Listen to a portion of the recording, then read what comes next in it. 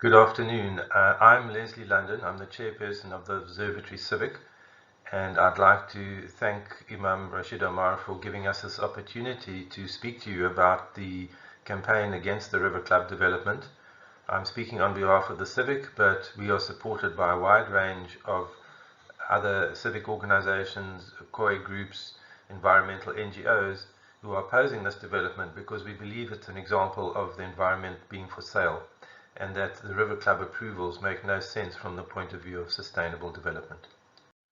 So this is a piece of land at the confluence of the Black and the Lisbech rivers shown here. To orient you, on the left-hand side, you'll see the Lisbech Parkway with a blue down arrow, and next to it the thread of the Lisbech River. On the right-hand side, you'll see the Black River. In the distance, you'll see the Table Bay into which the river is empty. Closer to you, you'll see the copse of wood where the South African Astronomical Observatory is located, and then closest to you is the Valkenburg Hospital campus.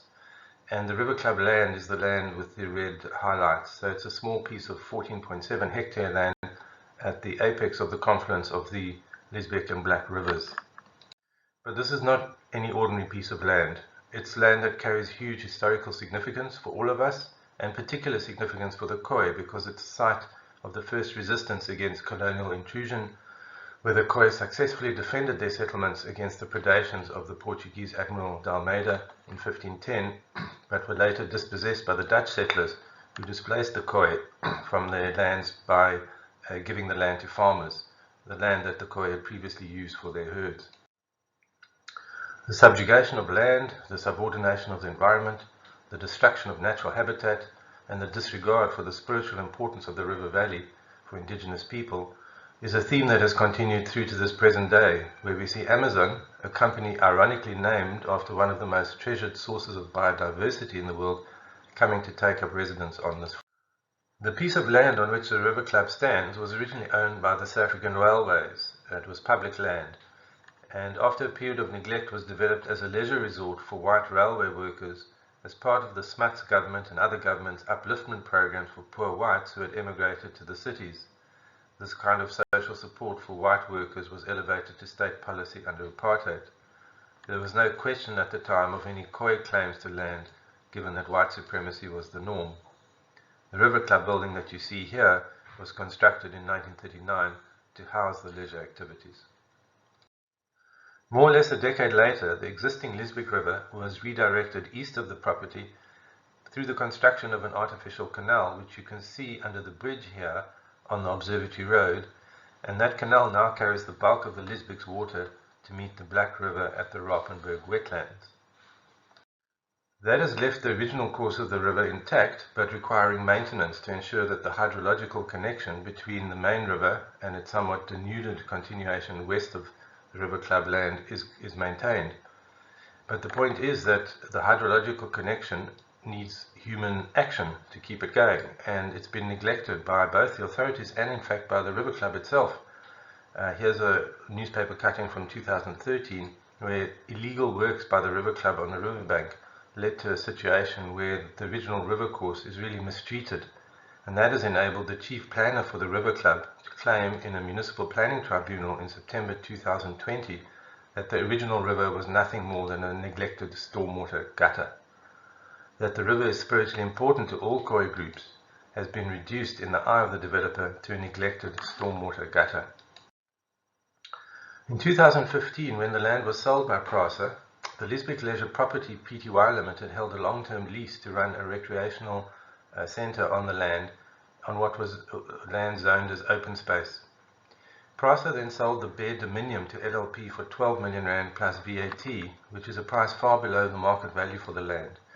Within a few months, LLP then sold the property on to a new but linked entity, the LLPT, Lisbech Leisure Property Trust, which raised a bond for 100 million, 8 times the buying price. Remember, 2015 was the pinnacle point for looting at PRASA, as we have seen in the Zondo Commission hearings over the past month. It is this speculative deal based on land in a floodplain, which has been zoned as open space, that started the process of developing this massive mixed-use, high-density commercial development of 150,000 square meters of concrete, and buildings of between 20 and 44 meters high, more dense in fact than Century City, as you can see from this vertical view, shown in contrast with the wooded South African Astronomical Observatory area on the other side of the canal.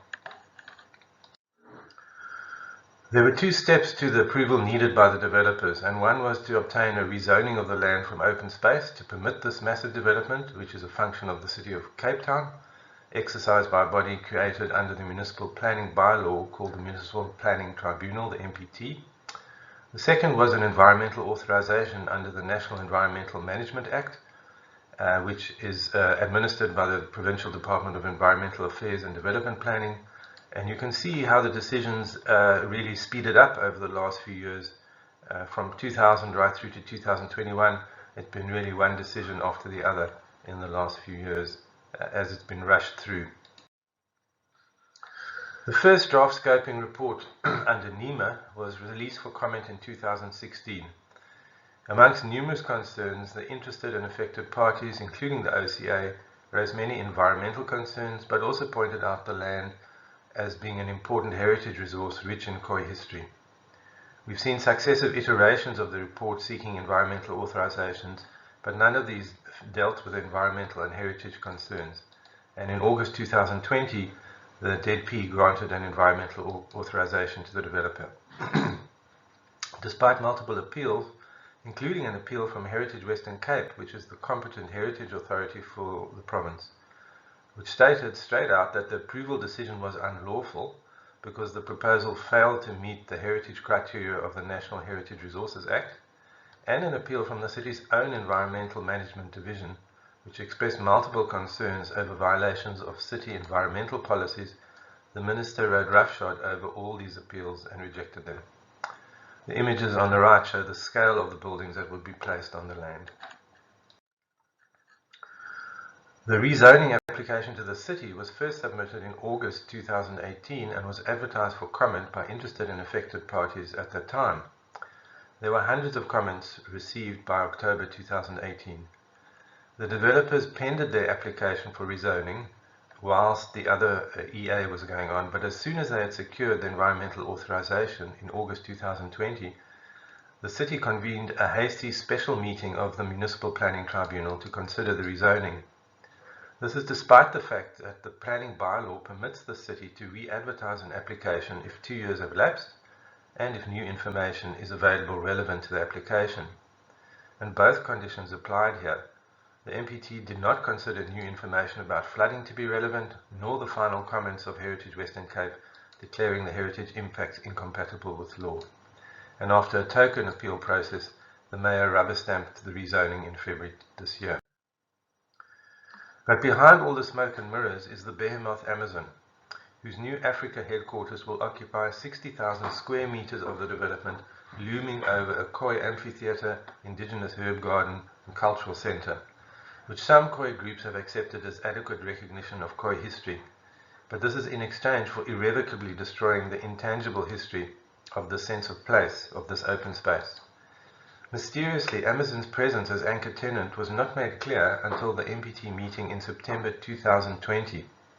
In fact, the developers' consultants attempted to remove documents in the EA process which demonstrated Amazon's intended tenure early in 2020.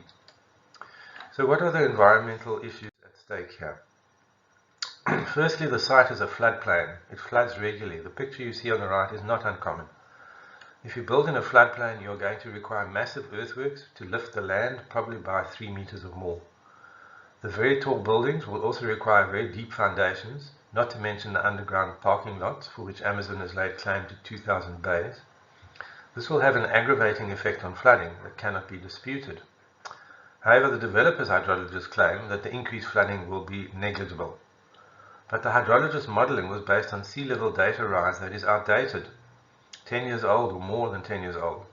With climate change science evolving rapidly, it's absurd to use data for anticipated sea level rise that is so old. And incredibly, the hydrology report makes the assertion, and I quote, that an investigation of the impacts of sea level rise is beyond the scope of this study. However, it would be in the city's best interests to undertake further modelling to assess how climate change and sea level rise impacts could be mitigated. So they admit that they are using data that's actually not accurate. Hydrologists make the claim that it was agreed with the city that data from that 2010 study should be used for the current investigation. But that's odd, because the appeal that's lodged by the city's own environmental management department against the EA argues that the use of outdated data led to a significant underestimate. They also point out that the statement by the developers, and I quote, that portions of this proposed site fall below the 1 in 100 year flood line is simply misleading, because 90% of the River Club site is below the 1 in 100 year flood line, and not only a portion. In fact, more accurately, most of the River Club is below the 1 in 10 year flood line, and they call it simply a misrepresentation of fact. So, because of the increased flood risks, the city's stormwater department advised the developers to get the approval of the affected property owners nearby and to indemnify the city against claims in this regard. The developers did approach local property owners, but the property owners told the hydrologists to speak to the OCA, which they did not do. When the property owner asked them why they did not speak to the OCA, the hydrologist said that their client did not want them to engage with the OCA. So on the one hand, the developers' consultants dismiss any risk of flooding as significant, but they offer to flood-proof the nearest private houses. So it's not surprising the city's environmental management department say, and I quote, the decision maker failed to sufficiently consider the impact of infilling the natural Lisbech River and the floodplain on adjacent property owners. Secondly, the land is a green space. The city's CSRM branch noted in their comments that the river corridor represents an integrated complex of open space with high green infrastructure value. There are many green spaces across Cape Town that have been lost because of this, and that's why these last open space remnants therefore have an even greater value.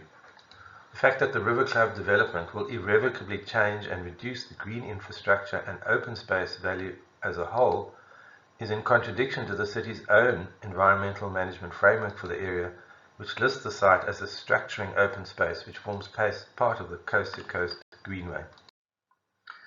Thirdly, the development will require infill of the existing Lisbech River. This is not only offensive in terms of Khoi heritage, but it runs contrary to key city policies. The city's environmental management department pointed out that the Lisbech River and floodplains are part of a metropolitan-scaled ecological corridor and open space system linking Table Bay to the north and False Bay to the south, termed the Coast-to-Coast Greenway. It has been reflected in spatial plans for the area for some 30 years. The EM branch also pointed out how infilling a river is contrary to climate change mitigation policies. Fourthly, the biodiversity impacts in the proposal were underestimated. The city's environmental management experts point to what they call ill-conceived or flawed information, such as reliance on a desktop study to generate a faunal importance assessment score for mammals, reptiles and amphibians, rather than doing direct estimation, first-hand empirical research. Secondly, focusing only on the endangered western leopard toad and ignoring other important species on the site, such as the Cape dwarf chameleon and the clawless otter, also amongst the list of endangered or threatened species. Thirdly, failing to disclose the River Club land is actually a breeding site for the western leopard toad. Fourthly, ignoring their own evidence that if you infill the Lisbech River, it will adversely impact bird life and result in loss of habitat for indigenous fish. Also, they noted that the report asserted incorrectly that the Lisbech River no longer receives flow from the main Lisbech. They also pointed out that once the development happens, there will be no movement of animals. The paths across the Lisbech River site that used to traverse will be empty and unused.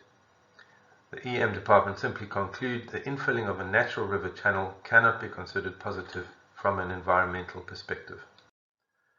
Fifthly, the developer made the extraordinary claim that the municipal spatial development framework, which designates urban inner core areas as being appropriate to attract additional investment, would somehow mean that one conceptual element of the MSDF would override other city planning policies. In other words, because the River Club lay in the urban inner core, approval of the rezoning is somehow consistent with some policy. Cities EM point out that the urban inner core notion does not override the MSDF's biodiversity network, as if development were more important than conserving biodiversity. They go on to illustrate how the MSDF comprises a series of maps that collectively indicate a metropolitan-scale interpretation of the city's spatial vision, development directives, land use informants, and investment priority areas.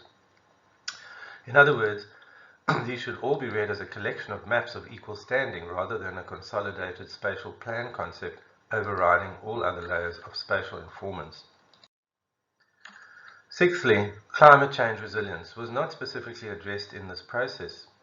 And this is surprising given the recent court judgments, for instance involving the Philippi horticultural area, which said that a climate change assessment was absolutely essential in such matters. The only reference to climate change is the hydrological report, and as we have seen, that reference is rather perfunctory and dismissive of any need to update modelling data. The city's EM appeal argued that substantial comments were provided by the city on a range of issues relating to climate change. The responses to these comments were not provided by either the environmental assessment practitioner or the decision maker in the EA. For example, they point out that the design concept shows disregard for addressing climate change impacts such as retaining waterways and wetlands as green lungs, which reduce the heat island effect. They note that infilling a river course and developing within a floodplain are not consistent with the stated objectives of the city's climate change policy. There would be loss of climate resilience by infilling the floodplain. In total, the EM branch cited climate change as a concern in 26 places in their appeal. Lastly, the development does not consider alternatives in any meaningful way, other than to tick a box as required of it under NEMA. The less dense development options are dismissed on the basis of a property valuator's report, which concludes that only 9% return on investment is feasible, and therefore only 150,000 square meters of development footprint was on the table. And this is because it's really expensive to build in a floodplain. You have to truck in those 3 meters of infill. So of course, the only way to get 9% is to build very high and very dense. The fact that the property valuator who authored that report is known to work for Investec, which is one of the partners invested in the development, is a conflict of interest that is not named in the project. So the report pointing to the 9% means that the only development on the table was this mega development versus nothing. Yet the city's own environmental management branch point out that the site could be developed as a park with some buildings in it, with a hotel, with a conference center, perhaps, and be far more compliant with environmental management policies. But as is the case with many developments in South Africa today, the way the application was set up, it was structured to ensure only one outcome, the one favored by the developers. Notably, there was a study by researchers from Delft University who presented a cogent alternative to infilling the Liesbeek River that would rehabilitate the existing river course without turning a canal into an artificial river as the proposal does. It would also at the same time improve water quality and quantity, enhance the city's climate resilience, reduce heat flux, stimulate the ecological services, ecology, and add amenity to the area. But consistent with how any other evidence contradicting the developers has been handled, this input was studiously ignored both by the developer and the decision maker. So, the Department of Environmental Affairs and Development Planning is meant to be an impartial arbiter of development decisions, but it failed abysmally to do so in this case. Firstly, it joined the developers in opposing an effort by Heritage Western Cape to grade the River Club for heritage status prior to considering the development application. Heritage Western Cape issued a provisional protection order over the area. Moreover, after Heritage Western Cape turned down the HIA for the River Club as failing to meet the requirements of the National Heritage Resources Act, the decision maker simply bypassed Heritage Western Cape and approved the development, and extraordinarily allowed the developer to submit a rebuttal to the Heritage Western Cape final comment without meeting Heritage Western Cape, completely in violation of their own standard operating procedures for joint decision making on heritage matters. The city's equally flawed approval process allowed the developer to submit new documents that were not part of a public participation process, and also kept out of the process new documents that were germane to any decision.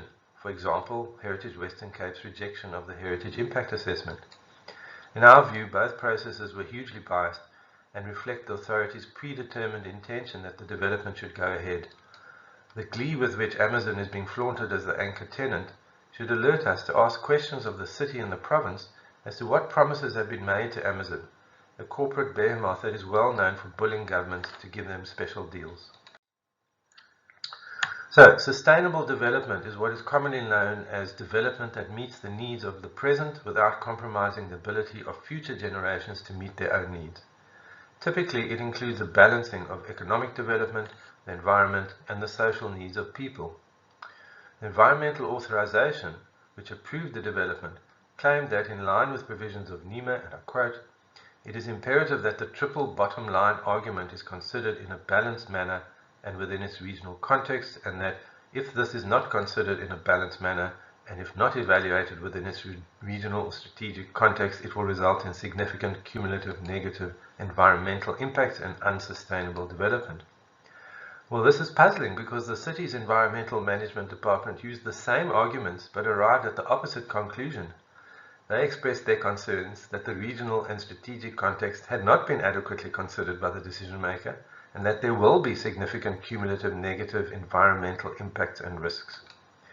Moreover, needs are not just for commercial centers, hotels, gyms, or cheaper web services or ease of remote shopping, but also for retention of our heritage and recognition of our mutual history, our collective memory, essential for our humanity. Irrevocably destroying that history is a death knell to sustainable development.